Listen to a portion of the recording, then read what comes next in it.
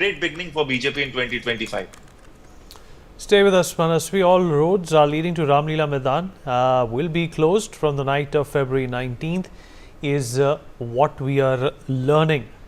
संजय, आसपास के जो इलाके हैं रामलीला मैदान के, वहाँ पर भी सुना है कड़ी सुरक्षा होगी, कुछ रास्ते बंद भी कर दिए जाएंगे, एक जश्न का माहौल होगा दिल्ली में और पूरी कोशिश की जाएगी कि एक स्पेक्टिकल बने, ये एक ऐसा इवेंट बने जहाँ पर भारतीय जनता पार्टी अपने दमखम के साथ साथ अपनी जो शक्ति है पूरे देश में, जो राज्यों में जो शक्ति है, उसको भी शोकेस कर सके।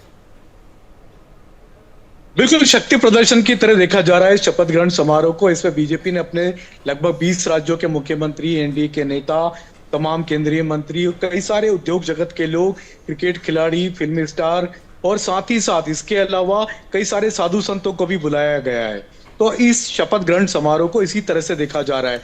रंग बिरंगा कार्यक्रम भी होगा, गीत संगीत का कार्यक्रम भी होगा, कैलाश खेर अपनी प्रस्तुति देंगे, शंकर महादेवन को भी बुलाया गया, तो गीत संगीत का कार्यक्रम भी होगा, जश्न होगा। जश्न की तैयारियां जोर शोर से हो रही हैं। तो 27 सालों के बाद जो दिल्ली में बीजेपी को सत्ता मिली है, वो सिर्फ दिल्ली के हिसाब से नहीं, एक तरह से आप कह सकते हैं कि पूरे देश में संदेश देने की कोशिश होगी, मैसेजिंग की कोशिश होगी कि एनडीए कितनी बड़ी तेजी से उभर रही है।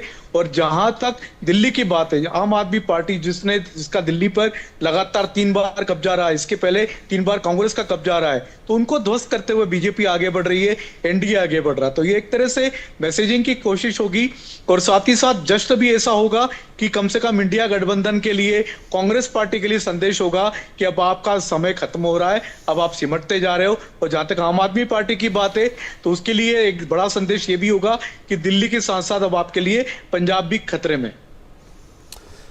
जी, well, we are also getting to know that there are as many as 30,000